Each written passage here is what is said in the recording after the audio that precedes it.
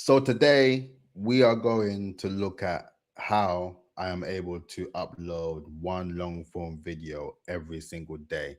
Because if you are new here, I am on a mission to build a seven-figure brand within 1,000 days. I started this journey on the 1st of January 2026 and I've been going strong. I have over 140 videos so far and I've been uploading consistently every single day. And for this video, I am going to go through the actual document that I produced very early in the journey and just give you all of the insights and gems into how I am able to produce said content, right? And for this particular video, I just thought it was in my best interest to share because, there's no gatekeeping on this channel. And obviously, I am not the only person on YouTube, but for me, I realized the importance of putting myself out there on camera, dropping videos, using video content, and really just understanding the importance of being visible, right? And for those who are not aware, I'm a brand authority strategist and I'm also an accredited PR practitioner. So I work with fractional CFOs and independent finance leaders to build a level of brand authority, which is their personal brand, their business brand, and their campaign brand. When you multiply all those three and they align, you get to a level of brand authority that makes you more visible and credible to your desired target audience. And that will drive more leads into your business, which will convert into more clients and ultimately more revenue. So if you're interested in all things branding, marketing, and PR, then please do like, comment, and subscribe. And also check out my Substack in the description box down below as I drop content on there every single week. So for this, let's just get straight into it and then we can just dive into my process, right? So let me share my screen. And if you are interested in this actual document, right, let me know in the comments and I'll be sure to pop it over to you if you're interested in having a copy. So what I would do, I won't necessarily read through all of it, but I will just kind of have a read through just to get an idea of because I wrote this ages ago, months ago, in fact. So I'm just gonna have a read through in real time just to recap for myself, and then I'll just provide additional context and content as well, based on anything else that I've sort of added into my sort of process over the last few months of me recording and uploading daily long form content, right? So with this initial document, I kind of developed this more so as a sort of lead magnet as well, just to share. But I figured, you know what, this is something that I want to just share with you all because ultimately I'm not here to be documenting myself as a YouTuber. I'm a brand authority strategist. I work with fractional CFOs, as mentioned, and independent finance leaders. So the YouTube aspect for me was more so to develop that level of camera confidence and to be able to be a strategist that can lead by example, as I can exactly demonstrate the approach of being able to produce content where I can showcase it with my clients as well and then give them the confidence to be able to build this content as well.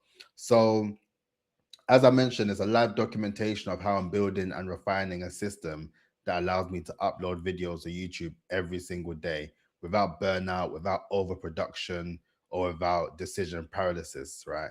And I'm sharing this while I'm in it. I'm still in the process, I'm still producing the content. So all of this stuff is very much documented and real stuff that I am sharing with you. So if you find it helpful, please make sure again to like the video. Please do subscribe if you want to see more content like this, and I'll be more than happy to provide.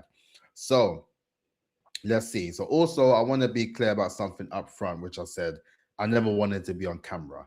I never wanted to record content, and I definitely didn't see myself uploading daily videos.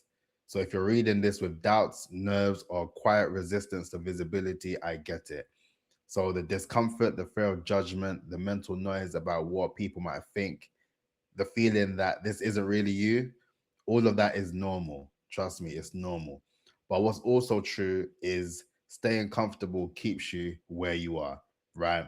And that is what I want to just break down before I even continue. Staying comfortable keeps you where you are. And I had to learn the hard way in the aspects of doing so, right? Being comfortable is only going to keep you stuck in the same predicament or position that you are in. So if you are someone that is looking to really step it up, take it up a notch, and give it a really good go, you have to get to the process of feeling uncomfortable. Because the more uncomfortable that you feel in the process of doing something new, the more you'll improve and get better over time. And as far as branding is concerned, because this is a branding channel, everything aligns with the idea of you have to be uncomfortable with you building a brand. In the grand scheme of things, when you look at it from the sort of outside in, you are putting yourself out there and you are opening yourself up for criticism, scrutiny, all these things that you may be scared about or you may feel quite intimidated by the approach, right? You are putting yourself out there. So I understand why it can be quite uncomfortable. But the more you do it, the more easier it gets. And then you then realize that, firstly, not many people are watching you as much as you think, right? And in the process of you worried about views or whatever the case may be, we're not doing it for vanity metrics, right? We are doing this to build a community of like-minded people who like our content and they find value in our content and they want to continue watching and supporting us because they are able to just see you in them, right? So with that, let's continue, right? So breaking into new territory, new opportunities, new rooms, and new revenue requires you to do things that feel unfamiliar at first. Visibility is one of those things now. So why daily videos matter now, right? So daily uploads are becoming a non-negotiable. We are entering a phase where AI-generated video content is flooding platforms like YouTube. Faceless channels, synthetic voices, auto-generated scripts, and recycled ideas are becoming the norm, right? And for me, I then realized that the more AI content there is, the more valuable real humans become. The more valuable that we become based on all of our experiences, our personalities, our failures, lessons, our perspectives, our quirks, all these things that make us not only uniquely us, but they make us human are the things that's really going to set us apart, right? It's the thing that's really going to allow us to build a brand that will allow us to continue to build and to scale on the basis that we are rooting our brand on the element of being very much human, right? So that's why I committed to the 1000-day upload campaign. So as I mentioned, with the idea of your personal brand, your business brand, and your campaign brand, this is my campaign brand. This is my campaign to document the journey of me building a seven-figure brand within 1000 days and taking you on the journey with me so you can see everything that I'm working on. And whilst I'm working on them, I can share all my insights and expertise with you. So if you're watching this content and you enjoy it, then like I said, please do subscribe as well. So with that, I did include some links as well. So like I said, if you are interested and you comment and I send you the link, there will be some affiliate links in there below as well. But with the stuff that I'm sharing with you, you can just literally Google the content or search the sort of products I'm referring to on Amazon yourself and you can check it out. So yeah, I only recommend tools and equipment I personally use as part of this operating system. These links exist just to make it easier for you to find what I'm referencing, not to influence your decision. If you do decide to do it, that's cool. But honestly, it's more so what I am using in real time just for you to have an understanding, right? So, firstly, record with what you have, right? The biggest barrier to consistency is not skill, it's friction. The system is intentionally designed to reduce the barrier to entry as much as possible because that's what we're here to do. We want to reduce the barrier to entry. A lot of the time, we will sit there saying, I don't want to record because I need to get an editor, or I don't have the camera, or I don't have the lights yet. There's so many excuses that we make, right? And I can speak on this topic because I was one of those people making countless excuses all the time when it came down to the idea of producing said content. But it got to the point where I said, you know what? It's in my best interest to start now and start properly. So I just said, you know what? I will work with what I have, right? So with that, if you have a smartphone, you can start today, right? Honestly, if you have a smartphone, you can start today. If you prefer not to use a DSLR, a high quality 4K webcam is more than enough.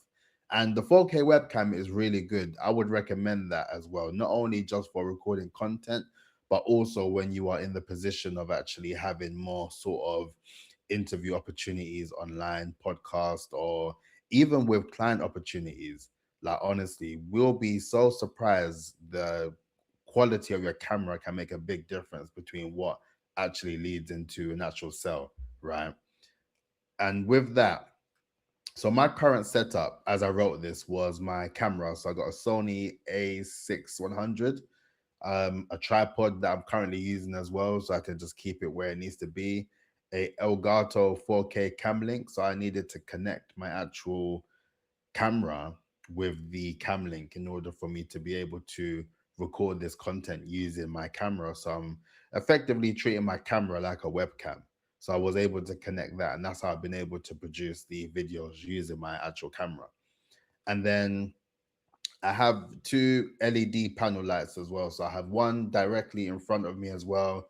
And I have another one that I don't really use as often, to be fair. It's mainly just the one that I tend to use, but I will be looking to invest in additional lighting just to sort of improve the quality of the videos over time as well. And to also just experiment with what works with the video content, as I want to see if I can switch up the videos from time to time and also provide more sort of aesthetic, I would say, with that.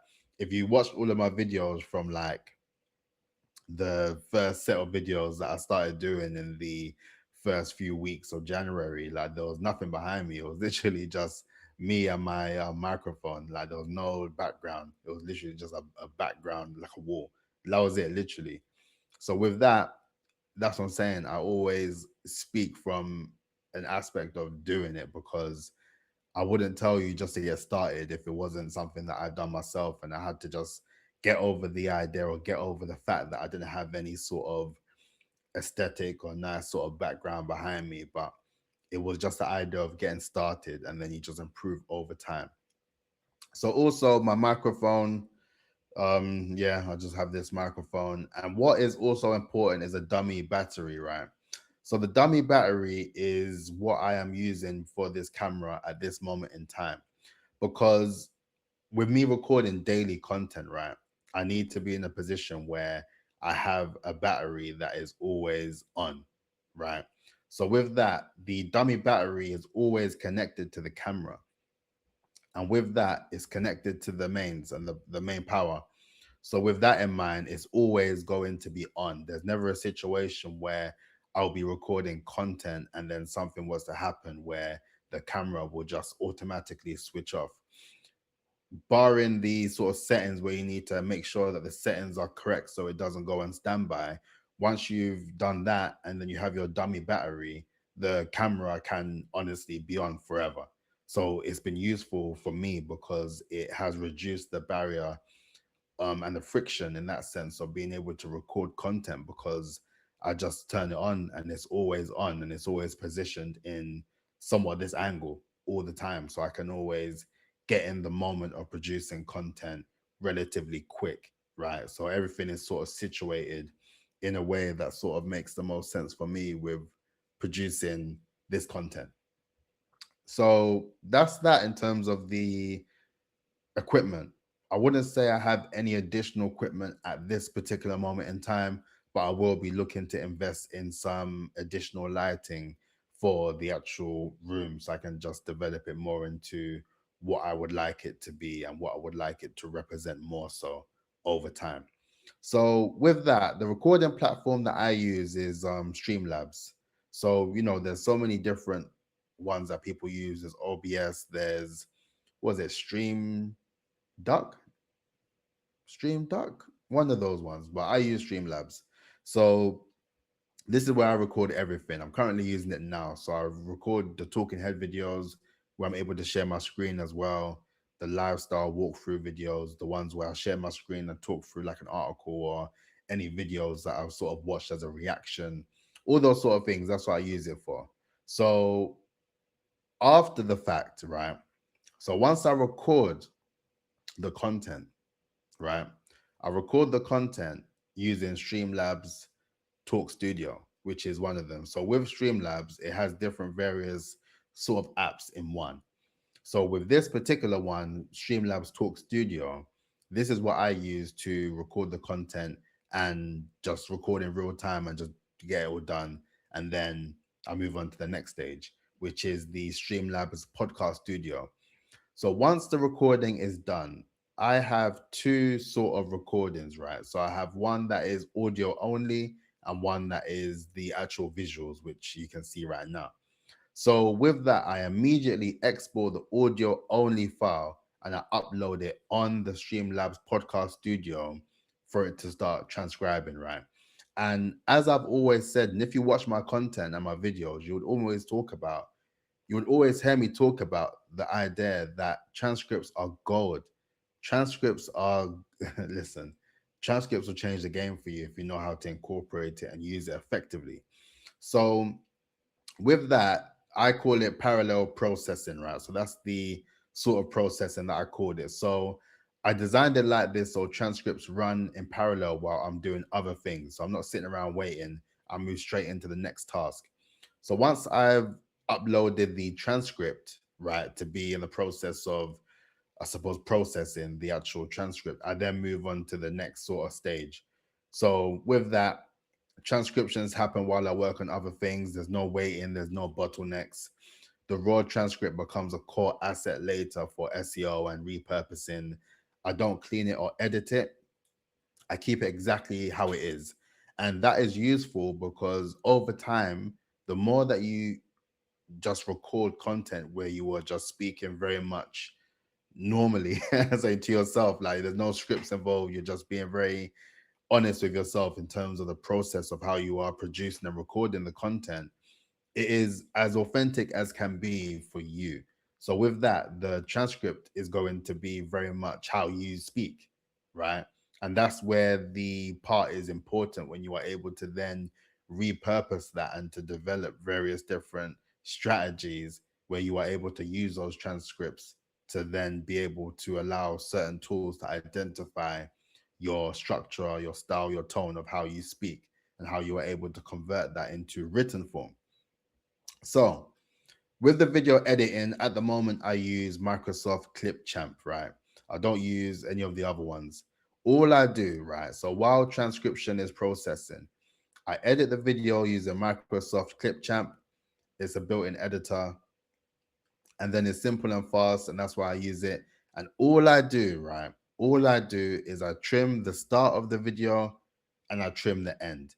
And obviously, there will be moments where I remove the obvious dead space. If there's something that I'm thinking about, or I just need to just kind of edit that, I would do very, very, very light edits, right? Because with the sort of thought process of me producing this content, this, I will say at this moment in time, this process is more so to do the work to build my level of camera confidence to a height of me just being able to do it everywhere and anywhere, right? In the process of me doing that and learning how to just be a lot more comfortable on camera. And I would argue that it's helped a lot in the process of doing it just because I've been doing it every single day. Granted, yes, there's still things I need to learn in the process, but it has helped me to build a lot of confidence in the process, which has helped me. So I would argue the point that with that, find your why. Like, don't get me wrong, it does make a big difference when you get inbound opportunity through your video content, and it helps because I'm just literally being myself. I'm not pretending to be someone that I'm not, or I'm not trying to showcase myself as anyone I'm not. I'm literally just a expert and a professional within the areas of branding, marketing, and PR, and that is what I promote in my videos and showcase through the work that I do on a day-to-day, right? So with that in mind, my why was to build that confidence to be able to talk more comfortably and confidently on camera, because for me I felt that that also would transpire across the public speaking element And I realized that with everything that I've been working towards, once I've sort of navigated the idea of speaking and I've sort of ticked that sort of aspect of my list as fair is concerned, then nothing will ever stop me. Nothing will ever stop me. I'm good to go in terms of where I need to go to hit my goal, right? So that is my why. Everything else on top of that is a bonus, I would say. But figure out what your why is in terms of why you are producing this content. Are you doing it more so to get leads? Are you doing it more so to build the confidence to speak on camera? Are you doing it to get more sort of brand partnerships, opportunities? The way that you decide to do the content is going to change your approach and how you produce it and how frequently you produce it as well. I would never recommend anyone to be producing daily long form content like myself, right? If you are looking to build it on the basis of you doing it for sort of lead generation efforts. And if you're watching this and you've got this far, to be fair, my process, I will eventually develop a second channel. So for anyone who's been watching my content on a daily basis and they've know what's been going on, right? I started the second channel, which was well, more so as a diary where I just share more insights and more deep dives into what I'm going through, my thoughts, my day to day, and all that sort of stuff. But I then realized that I do a lot of that on this sort of channel anyway, right? And the way that I do the content on here is something that I enjoy because it's very much me, you know, picking up the camera or just turning on the camera, in fact, and then just being in the position where I just talk. I just talk. I share my opinion on things. I share my experience on things. I share my expertise in different realms of marketing, branding, and PR, as mentioned. And ultimately, you just get to learn a bit more about me whilst I just get what I need to get off my chest, really and truly. So there is that side of things, but then I will be looking to develop a second channel that is ultimately more bespoke and specific to my ICP, as I really want to make more content that resonates with them directly in a way that makes more sense. And I feel like with me having this sort of style of content, which is good. It's definitely great, but then it has now allowed me to improve on what I can do, where I can now start to develop videos in a way that will then attract my ICP in a way that will align with what they would be looking for and how they would envision their sort of content to look if they were working with me, if you get what I mean. So that's the thought process that I have in that aspect of things. But the whole idea of the 1000 day challenge has even allowed me to get to that stage of thought anyway. Like, and that's the reason why I say it's so powerful, because had I not started the journey, I never would have even thought, okay, I need to do more videos, but I can do videos in a different way to make it more, I suppose, more impactful for the approach of what I'm doing it for, right? So that part I believe is incredibly important, and it's given me that confidence to then be able to strategize with a video first mindset, which I think is incredibly important in this particular climate, right? So as mentioned, no transitions, no effects, no animation. This is about clarity, not cinematic production, right? For this channel anyway. I then watched the video once to manually create the timestamps, right? This is the most time intensive part of the system, and it's intentional. It forces reflection, it improves delivery, and it directly improves retention, right? And, you know, for me, I would say that it is important because I then literally sit through the whole video. And I say the whole video because there'll be times where I'll say it's a long story short and I'm just speaking for a long time. But I digress. I'll be going through the video and it helps me to then pick out how I am in the video, how I can improve in terms of what I'm saying or how I'm speaking.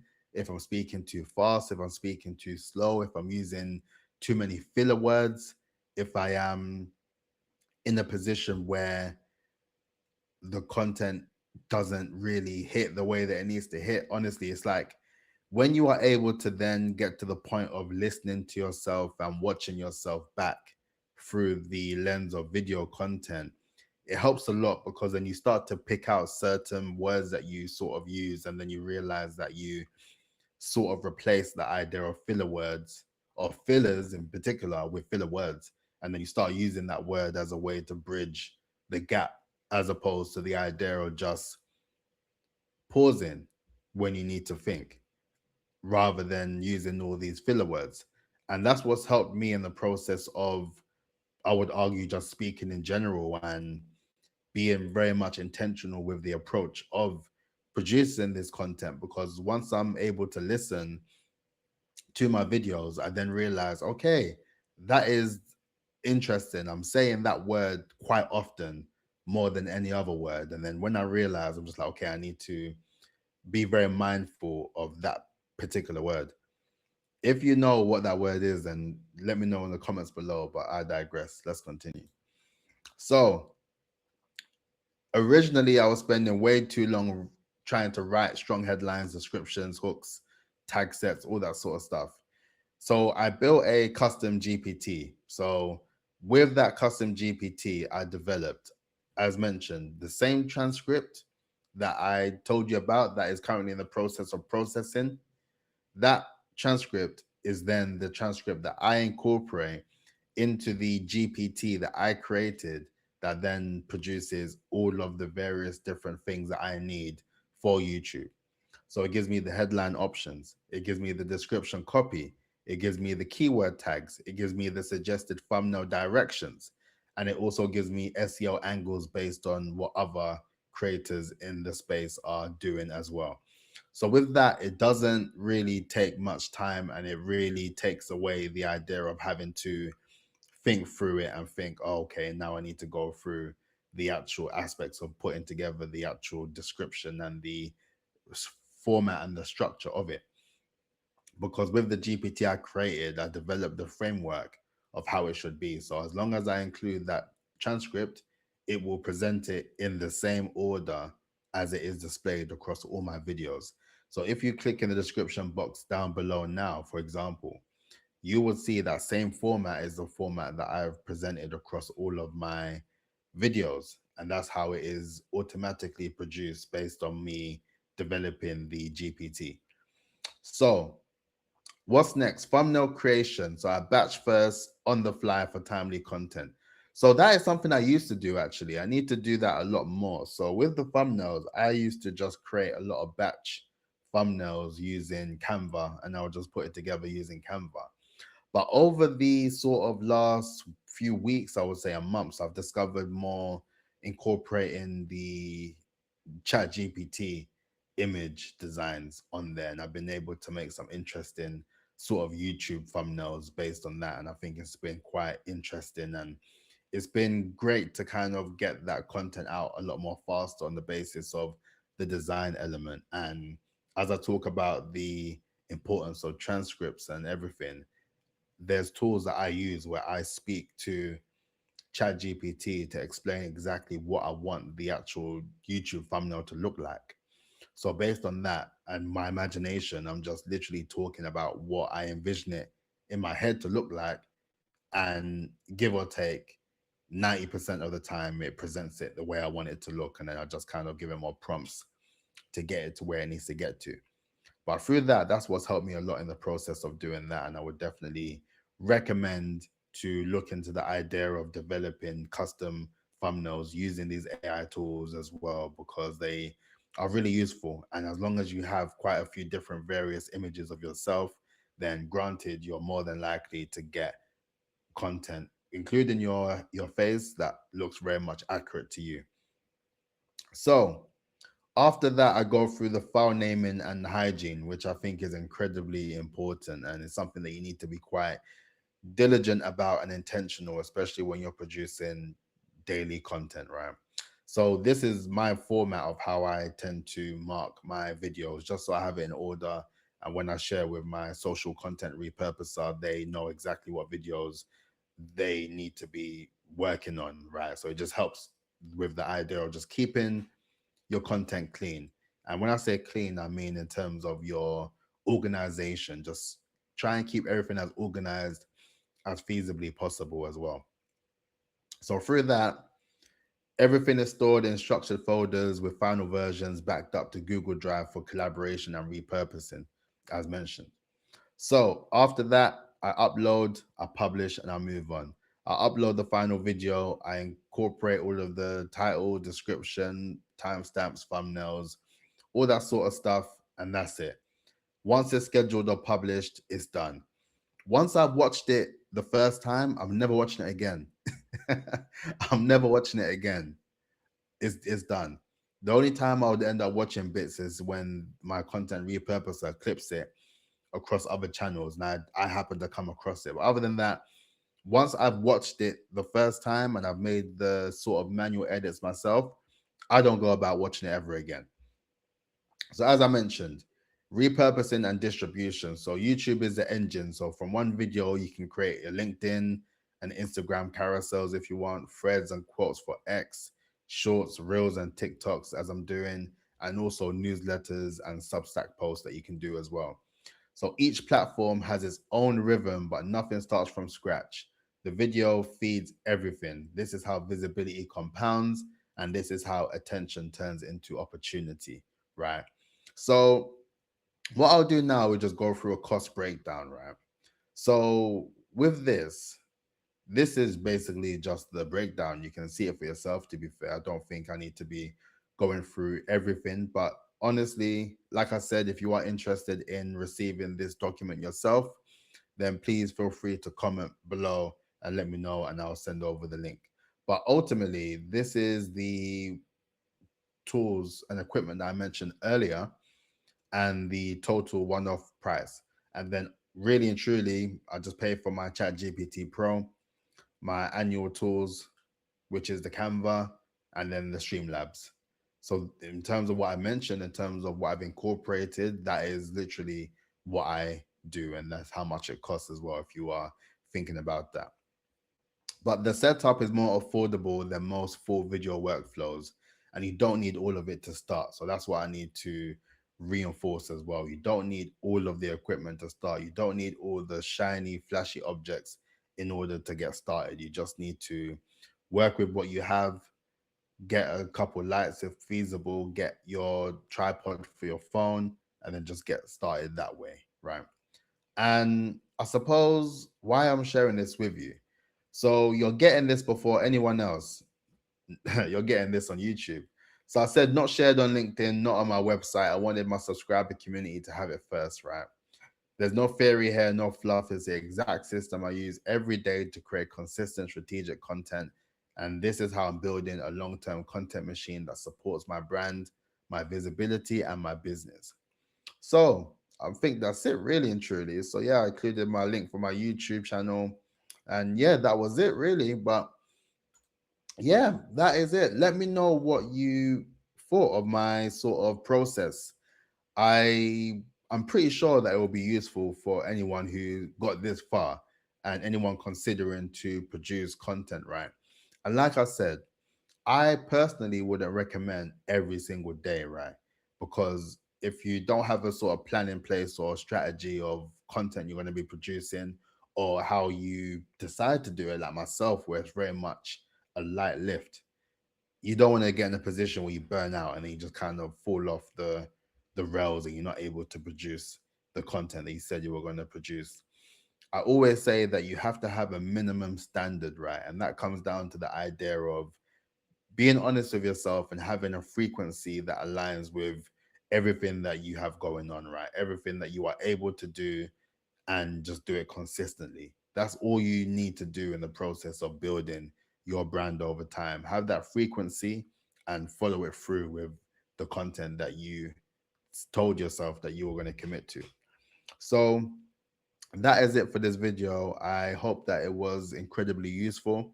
Let me know in the comments, and if you thought this was interesting, then please do subscribe as well.